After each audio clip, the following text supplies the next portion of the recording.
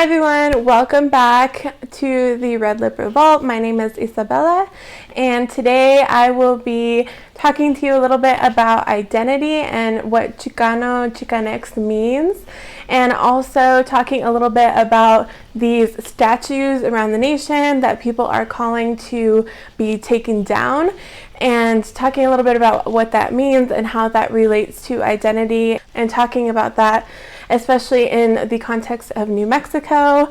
I will also be showing you how to do this traditional Chola eyeliner look as I am celebrating my identity today. And I hope you enjoy this video and learn some cool tips and tricks while also learning a little bit more about what's going on around the nation. And so yeah, if you want to see more from me, make sure to follow me on my Instagram and Facebook. Both will be linked down in the description box below. Also, any resources or products used in this video will also be in the description box, so make sure to check that out. Also, make sure to subscribe to my channel before you leave. And besides that, we will jump right in. Okay, so I am going to start out with my eyeshadow. I've already done my base, and all of the products that I used for my base I will link in the description down below if you're interested in any of them, so make sure to check that out. I'm going to start out by priming my eyelids with the Anastasia Beverly Hills eyeshadow primer. And I am going in today with the Hola Chola palette. I felt like it was a great palette to use while I'm talking about identity today. And I'm going to be using the shades Lil B, Chula, and Ruca in order to make a really dark brown smoky look. So I identify as Chicana and part of the Chicanx community. And Chicano, Chicanx means that you are American born typically, and that you identify with being Mexican to some extent, and you have ties to that Mexican heritage. However, you don't feel completely part of the Mexican community here in the United States. And a lot of times people explain it as being too white to be brown and too brown to be white. And so I struggled for a lot of my life coming to this identity choice, because in New Mexico there is a lot of oppression of identity because of the history of genocide and culture stripping that we have here. And so a lot of folks have this negative imagery of what it means to be Mexican or Chicano or Latino. And on top of that, my grandparents' generation was punished in schools for practicing traditional New Mexican and Mexican culture, for speaking Spanish. Pretty much they had to do whatever they could to obtain any form of whiteness that they possibly could, because they were physically punished, hit in schools for practicing their culture and languages. All of my grandparents' first language was Spanish. And so they were punished, and as a result of that, they never passed down the Spanish language to their children, and by extension their grandchildren, meaning that I don't speak Spanish. And that's also a lot of the reason I had issues with my identity growing up. And so my grandparents, as a form of survival, and New Mexicans in general in the history of New Mexico, have claimed the Spanish identity in order to claim some sort of whiteness, because we are a majority people of color state. And so because of that, we have had a lot of that negative history affect people through schooling and through other various means of punishment. And so that Spanish identity gives people a form of whiteness, and with that comes privilege. And so for generations, folks here who are of Mexican descent. Typically, you know, Mexican means a mixture of indigenous and Spanish, and so Spanish identity in some ways is true, and we do have that connection to that. However, we separate ourselves from that indigenous part of us that has been purposely stripped from us in order to reclaim some sort of privilege in that way. And so I started learning more about that as I started growing up and learning more about identity and what it means and what being Chicano means. And so I developed that connection to the Chicano identity when I was a lot older. And now I identify as that. And so my grandparents definitely would never identify as that. Like I said, they have been pushed into that cycle of oppression. And so by me reclaiming that identity, I am pushing back against those generations of oppression of my people and my ancestors. And so I'm very proud of that. So it's very important to claim your identity and be connected to it and understand it, and definitely to reclaim all of that has been lost in the generations of pain that's been caused. But it's also important to understand the history of discrimination against other groups of people that come especially with the Chicano culture. A lot of Chicano culture is very anti-Black, and there's also a lot of discrimination against Mexican descent folks and indigenous folks. There's homophobia, there's this idea of machismo and genderism and transphobia that comes with being Chicano that has been passed down for generations, and that discrimination of other folks shouldn't come with reclaiming your identity. So it's important to reclaim your identity and also change it and change that culture and environment for your community and your family to be what it should be and to be accepting, because there's no way that we'll ever get the freedom that we need unless we are all free. And so pitting identities and intersections against each other is not helpful or good for any of us. And so it's really important to make sure that we're educating our folks as we're doing that work within ourselves.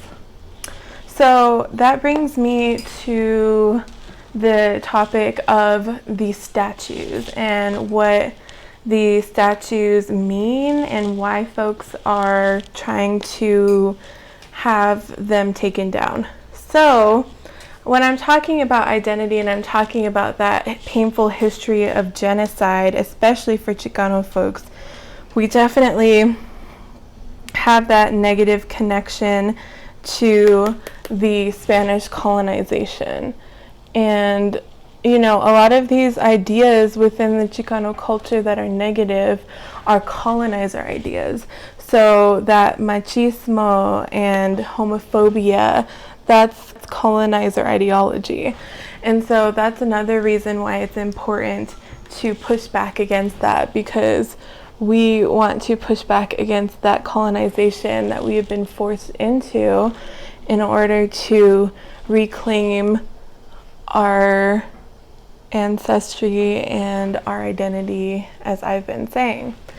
And so by having statues of people like Donde Oñate, who was a Spanish colonizer that caused mass genocide and raped women and children and caused so much pain to our ancestors, having a statue of that person up in a place where they're to be revered is extremely disrespectful and painful for our communities, especially our indigenous communities, to have to see all the time.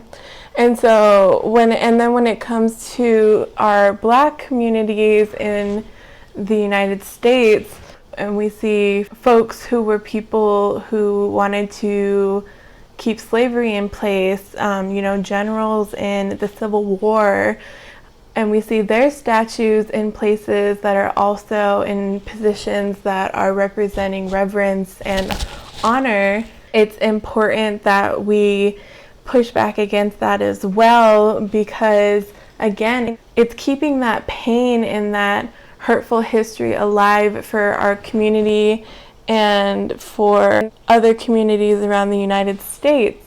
And so we want for there to be people who were on our side, who made real change and helped push back against that discrimination and oppression of people of color, such as, some of all of these famous people that we see as members of the civil rights movement, the Mexican civil rights movement, Sojourner Truth, people like that. We want to see statues of those folks up in places where these statues are currently standing, because those are the people that we should be honoring. And so I hear a lot of people say that by taking down these statues, it's taking down history and it's erasing history, and that's not the intention of it. The intention of it is to change the common vision of what that history is, to be more honoring towards our heroes instead of the people who caused so much negative pain and erased so much of our culture and did so many horrible things.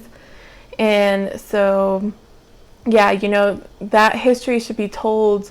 The pain that was caused by those people should be known, but they shouldn't be in places of honor. And when I say honor, a statue is typically made in order to honor somebody or to show respect to somebody, and that's why people are fighting to have these statues taken down. And so I just really wanted to talk a little bit more about that and to explain that and really shout out a lot of that work that's being done around the nation to have these statues taken down. And it's not something that's happening all of a sudden. This has been something that people have been doing for years. I met a group of folks in New Orleans who have been fighting to have the racist statues taken down in New Orleans for a long time. And, here in Albuquerque and in New Mexico, we have folks like the Red Nation who have been fighting to have these Spanish conquistador paintings and statues replaced and taken down for a long time as well. And I'm really glad that that is starting to happen and that movement is gaining a lot of momentum, because it really means a lot to our folks. So yeah, I'm going to move on to my eyeliner now. I just really wanted to talk a little bit more about my identity and what that means to me, and also the importance of claiming your identity and really changing the dominant story of what your identity should be. And I also wanted to link that in with why identity and the idea of these representation of these statues that people are asking to be removed connects, and why that's important. And so yeah, I'm going to link some organizations that are doing that work down below if you're interested in learning more about that or getting involved. And to honor my identity today, I'm going to be showing you how to do the traditional Chola eyeliner. For those of you who don't know what a Chola is, I will pop a picture right here of what a traditional 90s Chola is. Chola culture is a big part of Chicano culture, especially here in New Mexico and in other places with Chicano folks across the nation. And it is an appearance, and also it's a culture. It has music, and it has clothes and makeup that are important to that culture. And so I grew up with a lot of folks around me who wore the traditional Chola makeup and dressed that way, and so did a lot of people in my community. And so a big part of that is having that beautiful long winged liner. And so I'm going to show you today how I do my eyeliner and show you some tips and tricks on how to make it even and make sure it always comes out good. And so I hope you enjoy that. So the first important step in doing really good winged liner is to make sure that you have a really black liner, and you can use any form of eyeliner. There is pens, you can have a brush tip, a felt tip. There are cream liners, you can get like the little pot liquid liners. Yeah, any of those will work fine, just as long as you feel most comfortable with it. Today I am using a felt tip pen liner. I'm using the Roller Liner by Benefit, and this is a really good dark black liner. It's very smooth and it's smudge proof, which is really important for me because, as you can see, I have hooded lids, especially on this side. It's definitely a lot more droopy, and so it touches my waterline, and so I have to make sure that that won't transfer. And so yeah, I also only have a little one today, but it doesn't matter. It just, as long as you know how to use it, just make sure you're using what you're most comfortable with.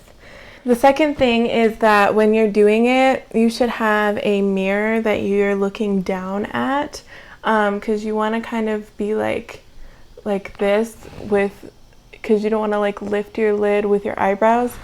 So you want to start, and you want to keep your pen flat when you're going along your upper waterline. That helps it to be more smooth, and you can cover more area at a time. So I'm going to go in and start drawing that line. You want it to be thinner on the inside. I start in the middle, and then work my way in. You want it to be thinner on the inside, thicker on the outside. Okay, and so when you have that waterline really good and filled in, again, thinner on the inside, thicker on the outside, you want to start on your wing. And for your wing, in order to keep it even on both sides, use your bottom waterline as a guide. You want it to look like an extension of that bottom waterline. So you're going to draw your wing,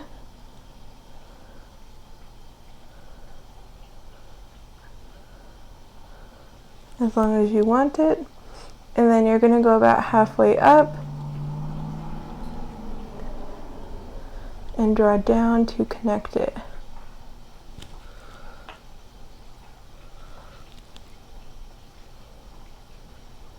And then just go back over on the top.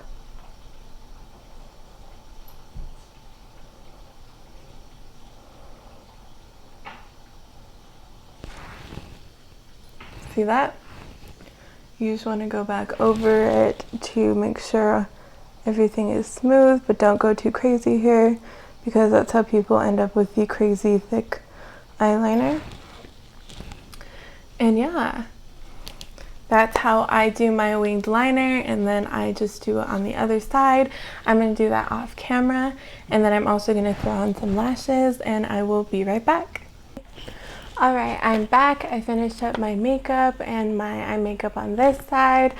I also want to say one more tip for eyeliner that I like to do is take a little bit of black eyeshadow and connect the bottom lash line to the top lash line, just to make your eyes look more awake. I used the little smoky shade here in my Hola Chola palette. And yeah, that's this look for today. I also added some lashes. I used the Colourpop Chica lashes, and also some lipstick. I used the Colourpop X Becky G Chola lipstick. And that is my look for today. I hope you enjoyed some of these tips on how to do your eyeliner. Again, just a quick review. For your top lash line, make sure to keep your brush flat so that way it's easier to make it smooth. And when you're doing your wing, use your bottom lash line as a guide so that way it's easier to make them even on both sides. Those are the two major tips that I would give to you, and then also looking down while you're doing your liner. Yeah, I hope you enjoyed this video today, and all of the products that I used today will be in the description box if you're interested in checking any of them out. I hope to see you again next week. Make sure, if you want to see more from me and more makeup looks, that you follow me on my Facebook and Instagram. And if you enjoyed today's video, make sure to give this video a thumbs up and subscribe to my channel and click the bell notification so you don't miss any upload. Again, I upload every Friday. And so yeah, I hope to see you back here again next Friday, and have a great weekend. Bye bye.